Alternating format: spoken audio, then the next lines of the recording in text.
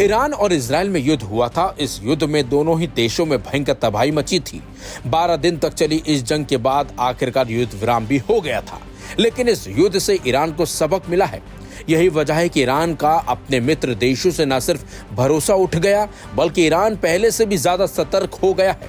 और यही वजह है वो अपने देश के अंदर उन लोगों की धरपकड़ में जुटा है जो किसी भी तरह की जासूसी में शामिल रहे हैं।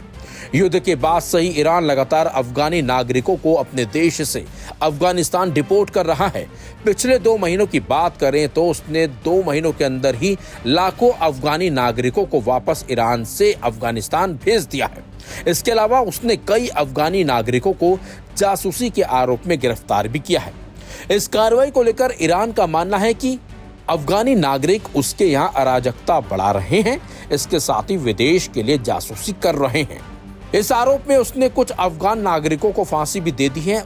उन्होंने विदेशी दुश्मनों के इशारे पर उसके अनेक रक्षा संस्थानों और अन्य महत्वपूर्ण जगहों की फोटोग्राफी कर विदेश भेजी थी। ऐसे में अब ईरान ने अफगानी नागरिकों के ईरान आने पर भी कड़ा प्रतिबंध लगा दिया है। अफगानी नागरिकों को लेकर ईरान ने अपनी वीजा नीति को कड़ा कर दिया है। ईरान ने साफ तौर पर कहा है कि अब केवल 3 तरह के वीजा के आधार पर ही अफगानी नागरिक ईरान आ पाएंगे। अगर उनके पास इन 3 तरह के वर्गीकृत वीजा नहीं है तो वह ईरान की यात्रा नहीं कर पाएंगे। इसके साथ ही अगर कोई देश के अंदर कोई अवैध रूप से रहता हुआ पाया गया तो उसके खिलाफ ईरानी कड़ी कार्रवाई करेंगे। ईरान की नई वीजा नीति के मुताबिक केवल विशिष्ट मानदंडों के आधार पर ही अफगानी नागरिक ईरान आ पाएंगे। Aim right, achieve big. At KR Mangalam University, we provide you the platform to turn your dreams into reality. At KR Mangalam University. जानिए किन 3 वीजा पर होगी छूट। इनमें पहला वीजा है स्वास्थ्य संबंधी समस्याओं के आधार पर अफगान नागरिकों को दिया जाएगा। दूसरा वीजा है अफगानी नागरिक का ईरान में रिश्तेदार होना जरूरी है, इसके तहत उसे वीजा मिलेगा। अगर किसी अफगानी नागरिक को किसी ईरानी कंपनी ने ईरान में रोजगार दिया है तो उसके रोजगार लेटर के आधार पर उसे वीजा दिया जाएगा। इसके अलावा किसी भी ग्राउंड पर ईरान में अफगानिस्तान के नागरिकों की एंट्री नहीं होगी। अब खामेनेई के इस फैसले से अफगानिस्तान पर काफी असर भी पड़ेगा, क्योंकि साल 2023 के डेटा के मुताबिक ईरान में करीब 30 लाख अफगानी नागरिक रह रहे थे। UNHCR के मुताबिक ईरान में कुल 7.62 लाख पंजीकृत शरणार्थी हैं। 7.50 लाख अफगान और 12,000 इराकी। एक अनुमान के मुताबिक 20 लाख डॉक्यूमेंटेड अफगान भी ईरान में रहते हैं। युद्ध में मिले धोखे के चलते ही ईरान ने अफगानिस्तान पर कड़े नियम लागू किए हैं, जिसका सीधा असर ईरान और अफगान के रिश्तों पर भी जरूर पड़ेगा। लेकिन ईरान नहीं चाहता कि उसके खिलाफ कोई दुश्मनी करे या उसके खिलाफ कोई साजिश रचे, क्योंकि अगर जो साजिश रचेगा उसके खिलाफ ईरान कड़ा एक्शन भी अब लेने लगा है।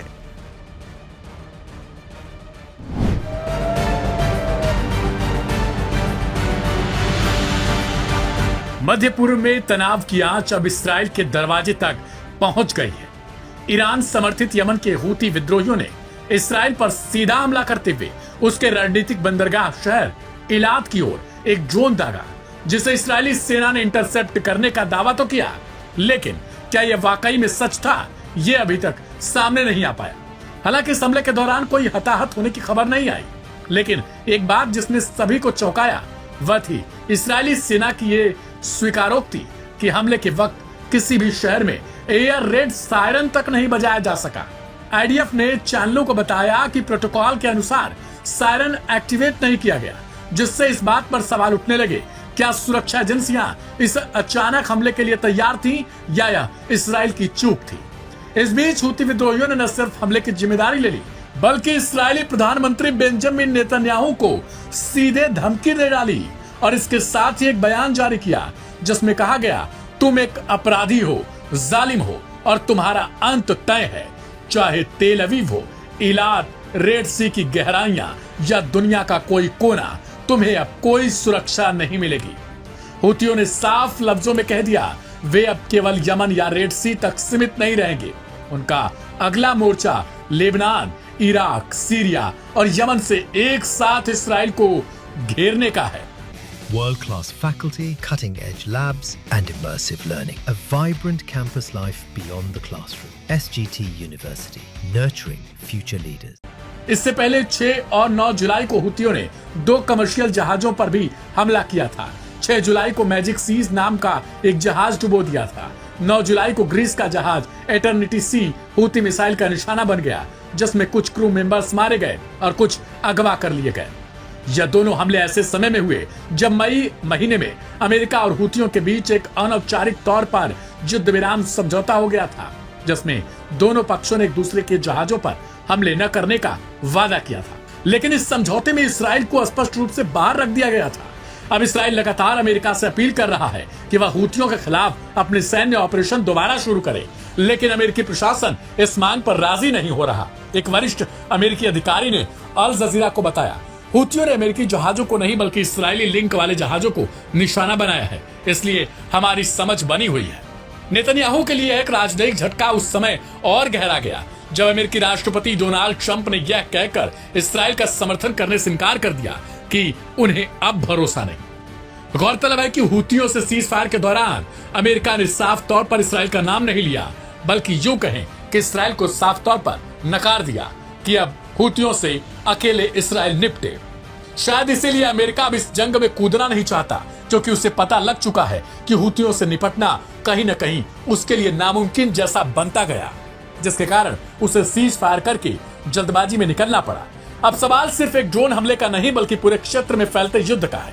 क्या हुती अब इसराइल के खिलाफ एक फुल फ्लेज्ड वार की ओर बढ़ रहे हैं? क्या इलाद पर हमला एक ट्रेलर है और असली मोर्चा गाजा और लेबनान के बाहर अब यमन में खुल चुका है? इसराइल की सैन्य तैयारी, नेतन्याहू की कूटनीतिक चुनौतियां और अमेरिका की दूरी, ये सभी संकेत दे रहे हैं कि एक और बड़ा संघर्ष सामने खड़ा है, जिसकी आंच पूरी दुनिया महसूस कर सकती है।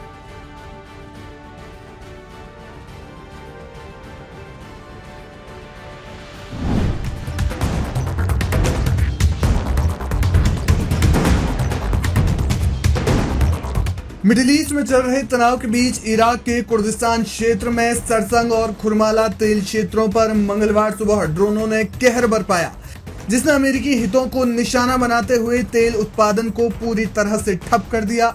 यह हमला, जिसे कुर्दिस्तान के अधिकारियों ने आतंकवादी कृत्य करार दिया, कहा जा रहा है कि अमेरिकी लालच और संसाधन लूट की नीति के खिलाफ एक और विद्रोह का प्रतीक है। आग की लपटों ने तेल सुविधाओं को घेर लिया, लेकिन सौभाग्य से कोई हताहत नहीं हुआ। यह हमला मिडिल ईस्ट में अमेरिका की दखलंदाजी और उसके द्वारा समर्थित कंपनियों के खिलाफ बढ़ते गुस्से को दर्शाता है।